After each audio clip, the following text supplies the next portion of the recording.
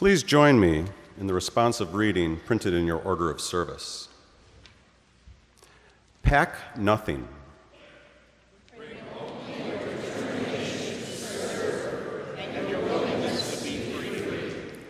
Don't wait for the bread to rise. Take nourishment for the journey, but be standing, be ready. Do not hesitate to leave your old ways behind.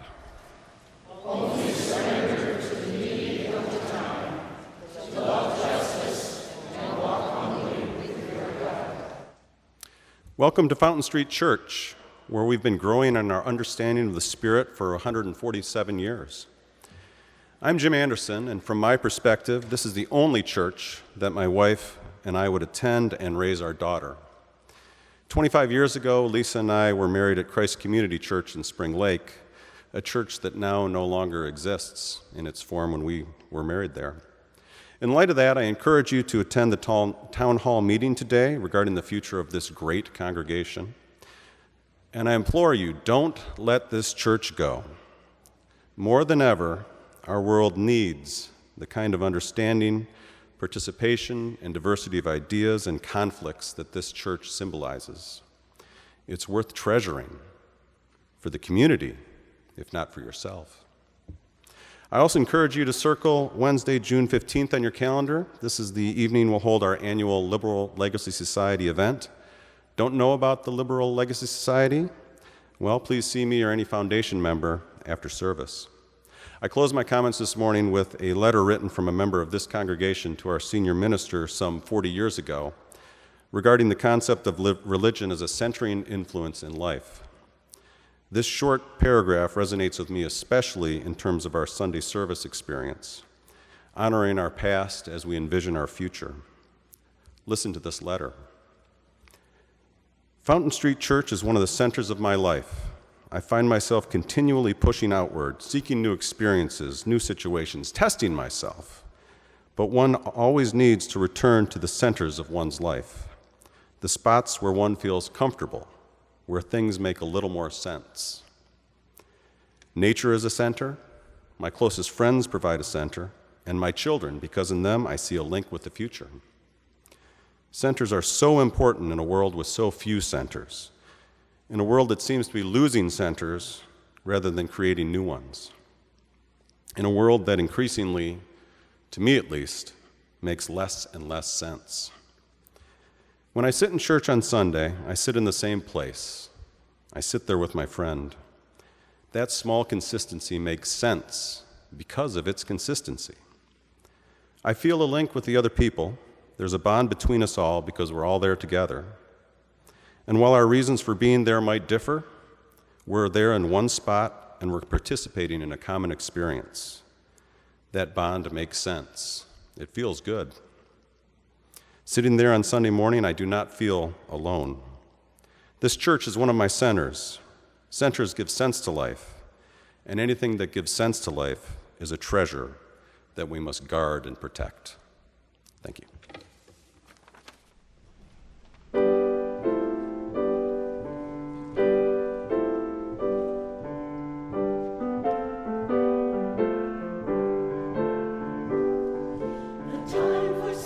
Joyful.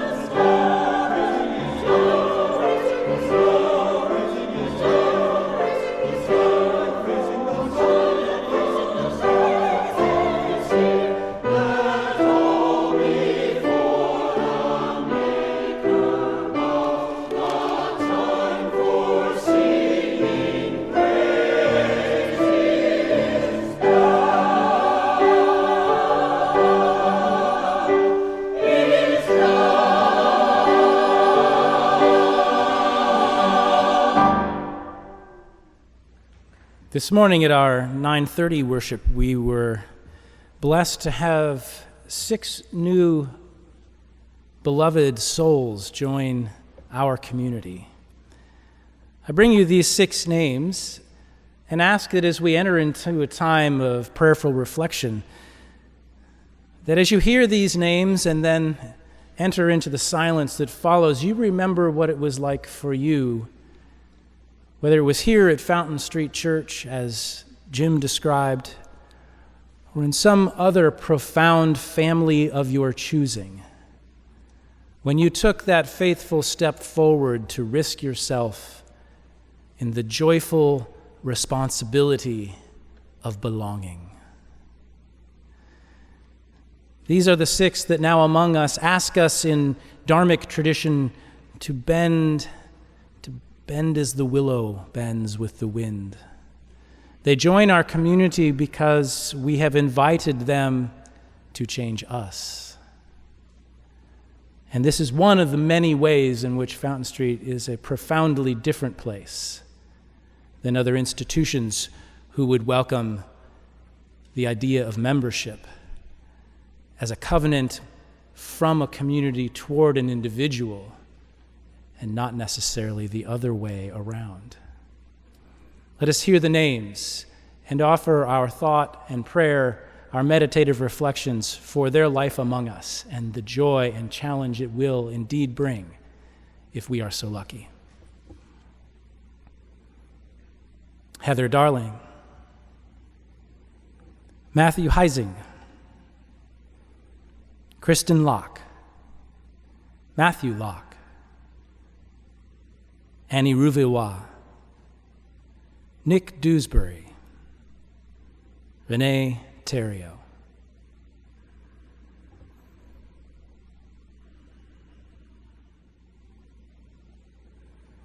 For these names and the names of all those whom we remember this day, living among us and now passed on, we offer our hearts together in the ancient word, Amen.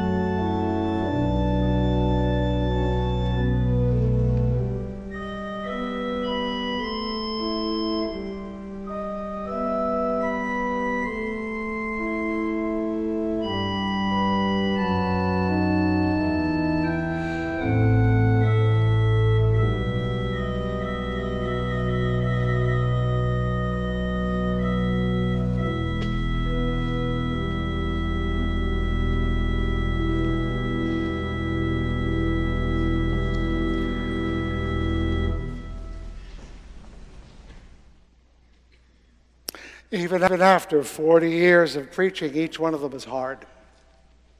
I guess that's a good thing, because if they were easy, they wouldn't be worth writing, they wouldn't be worth delivering, they wouldn't be worth hearing. This is the labor, as it were, but the delivery is the gift that I get for doing it. But to prepare you some passages in the book of Acts, in the Common Lectionary for today, there's this wonderful passage that I've used many years. Peter is talking. I was in the city of Joppa praying, and in a trance I saw a vision. There was something like a large sheet coming down from heaven, being lowered by its four corners, and it came close to me. As I looked at it closely, I saw four-footed animals, beasts of prey, reptiles, and birds of the air. I also heard a voice saying to me, "Get up, Peter, kill and eat." But I replied, "Oh, by no means, Lord, for nothing profane or unclean has ever entered my mouth."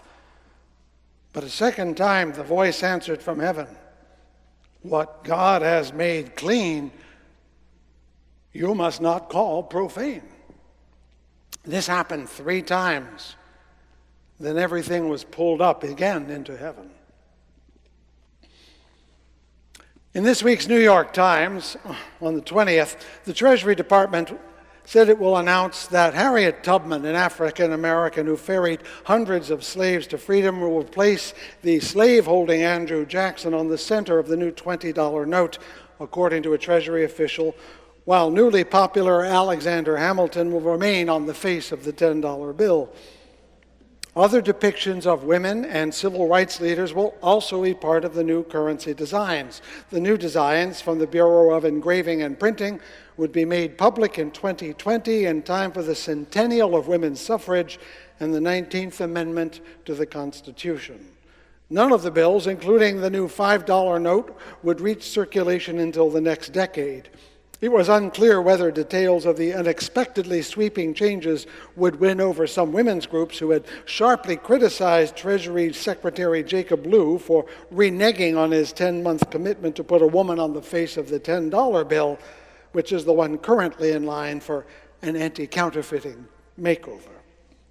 I tell you this because the lives of women and black lives should matter more than they do. Some things are just yucky, aren't they?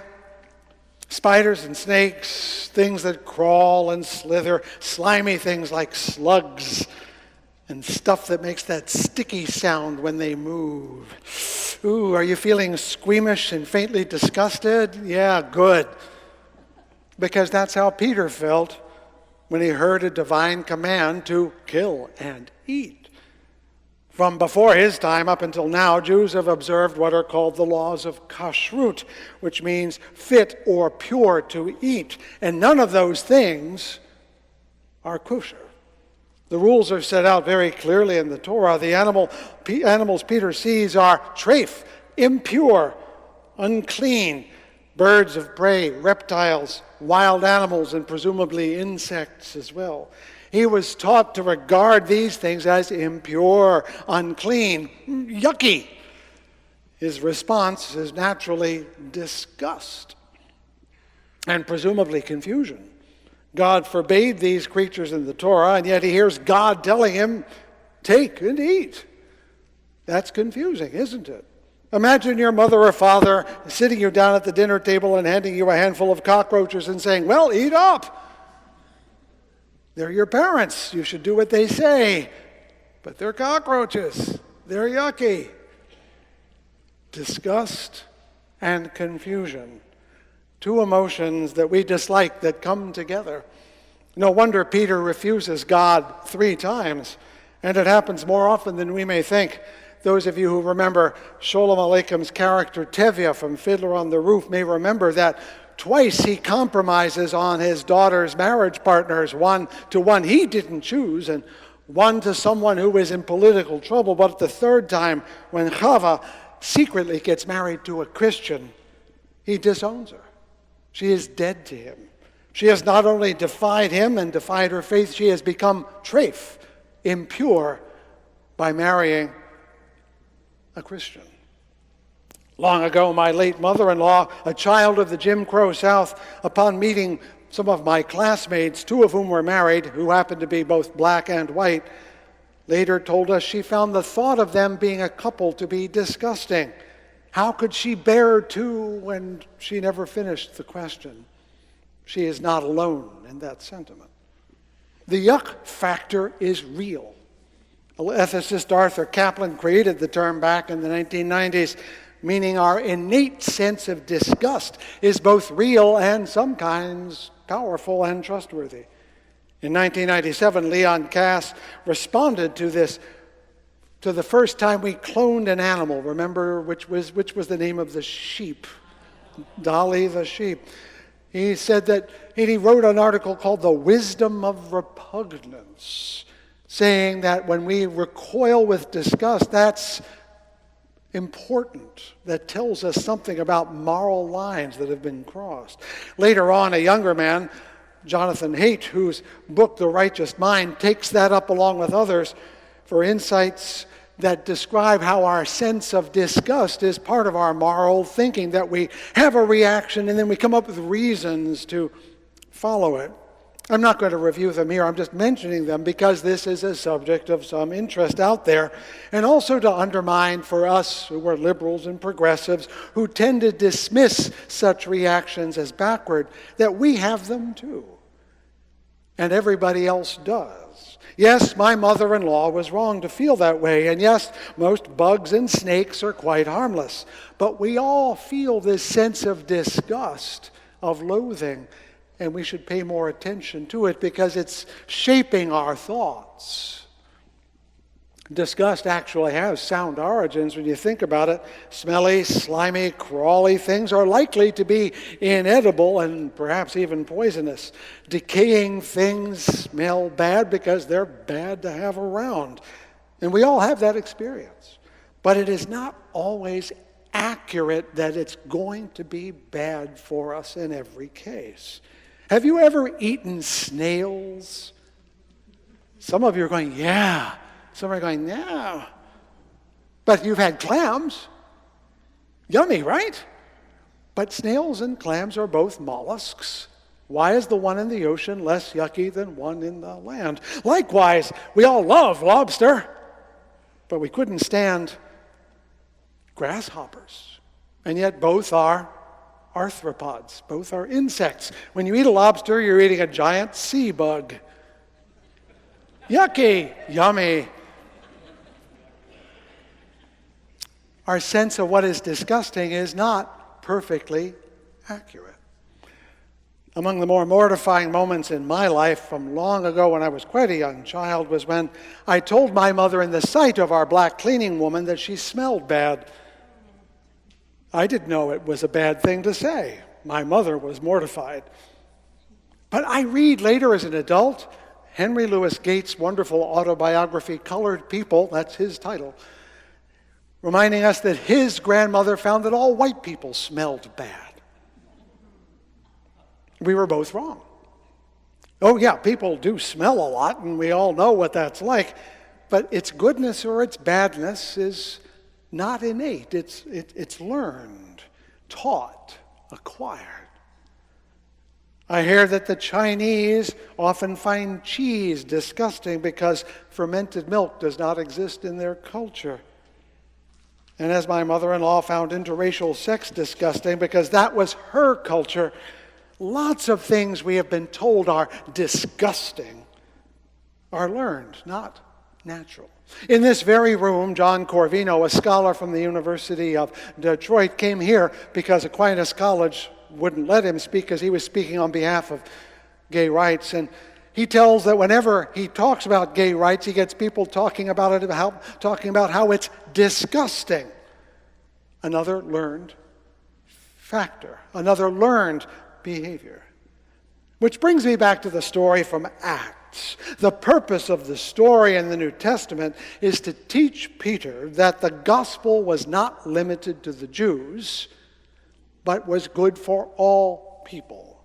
Pious Jews did not associate with non-Jews. That's one of the things that got Jesus into trouble. He talked to Samaritans and Greeks, which was considered, well, defiling.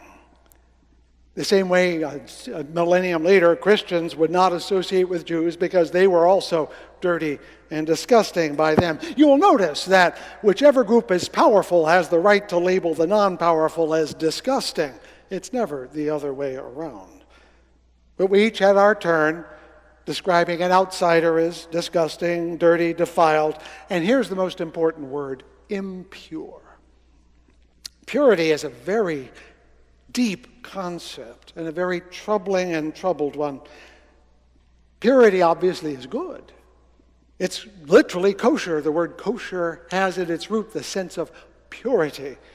Of course, that means impure is bad, and it's disgusting in the sense that it's bad to eat, like impure food. We all know about the Pure Food and Drug Acts of the early 20th century. Now, think of all the ways we use the word or concept of purity that go well beyond our physical and biological and medical circumstances. Not so long ago, here in the United States, we often spoke of women needing to remain pure. We winked at that, knowing that meant that they weren't having sex with anyone. Tribal cultures, though, have preserved this well into the 21st century, and often brutally. Honor killings are usually the result of a family that feels that a woman lost her purity, and not just by having sex, often by speaking to an unrelated male out of sight of others. Even if they themselves are raped, they are considered defiled, impure, disgusting.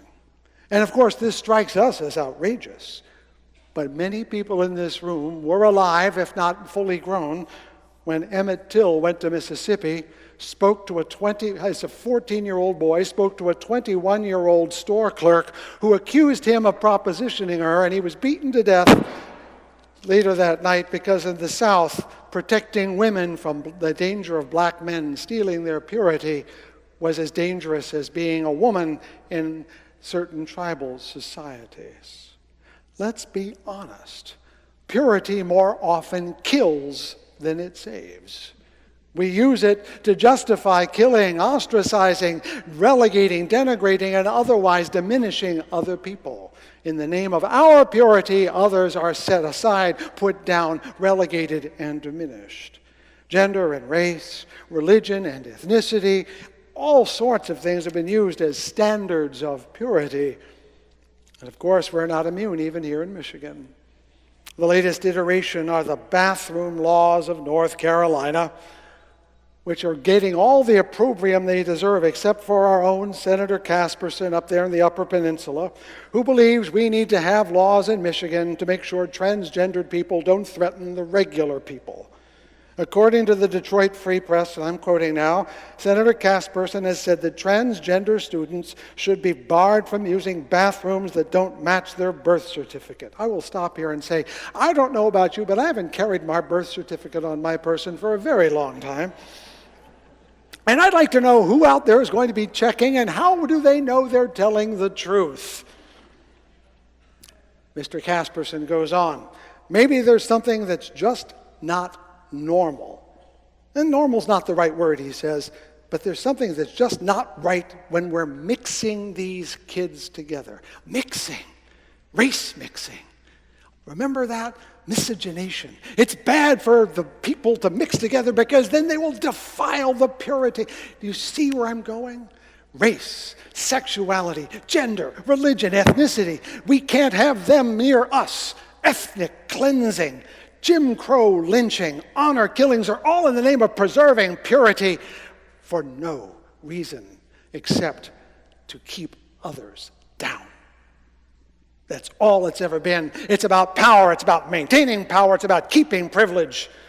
And we should name it for that. That purity is the sin.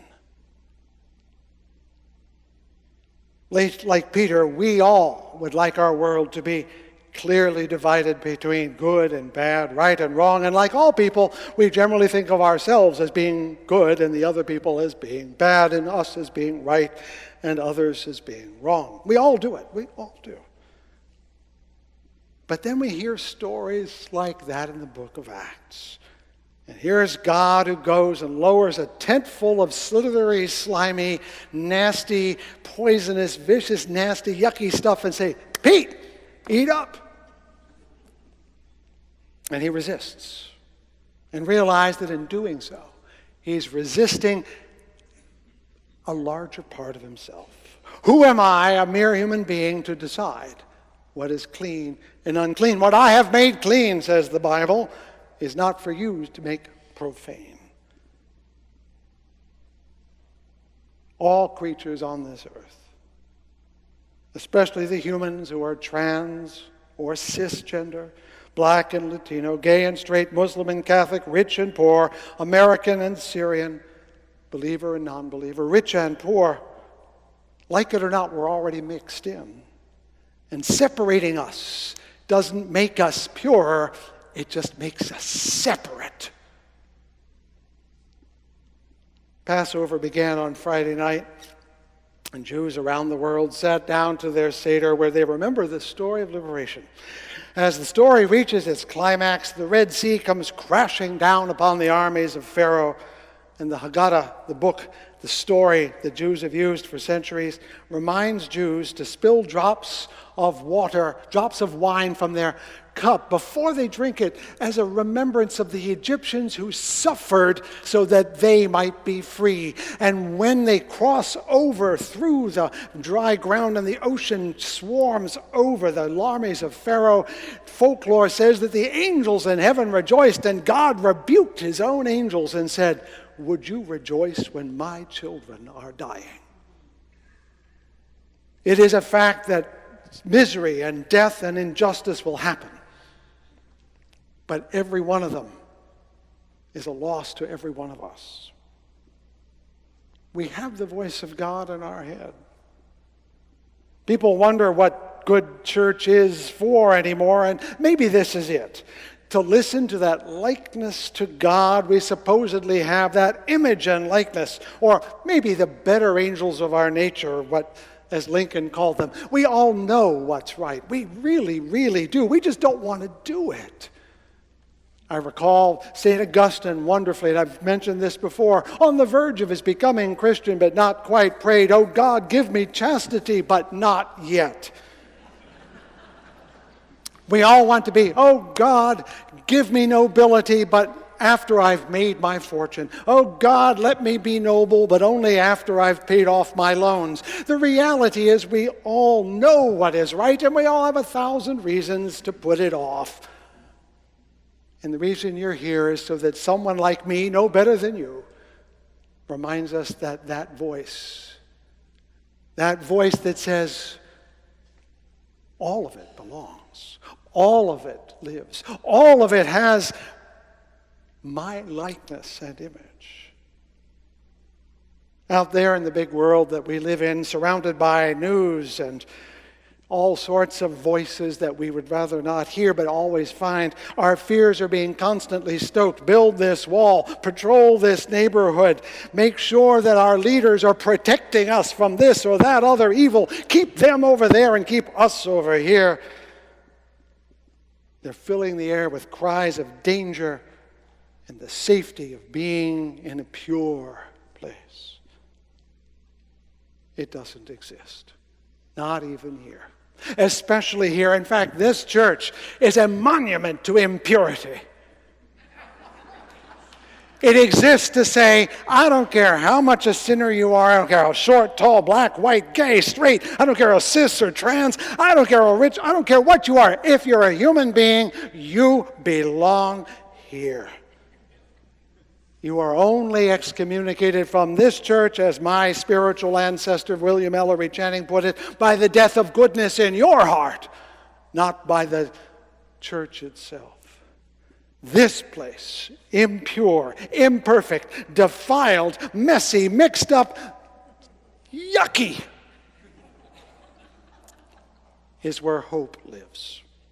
And if you're here, you are here to get your hands dirty with the messiness of life, to embrace the slithery discomfort of being around people not like you, and prove that, no, we do not need this purity. What we need is humanity. What we need is not security, but hope. What we want is love. That's all we're here to do. That's all I got. I've got a lot of miles in front of me. So I've run out of good stuff to say. But you need to hang around, as I will, as we take ourselves through the day. I am glad that you permit me to preach before you week after week. It is a blessing to know you, to be loved by you, and to love you in return. As messy and as impure as I am, thank you for taking care of me as I try to take care of you.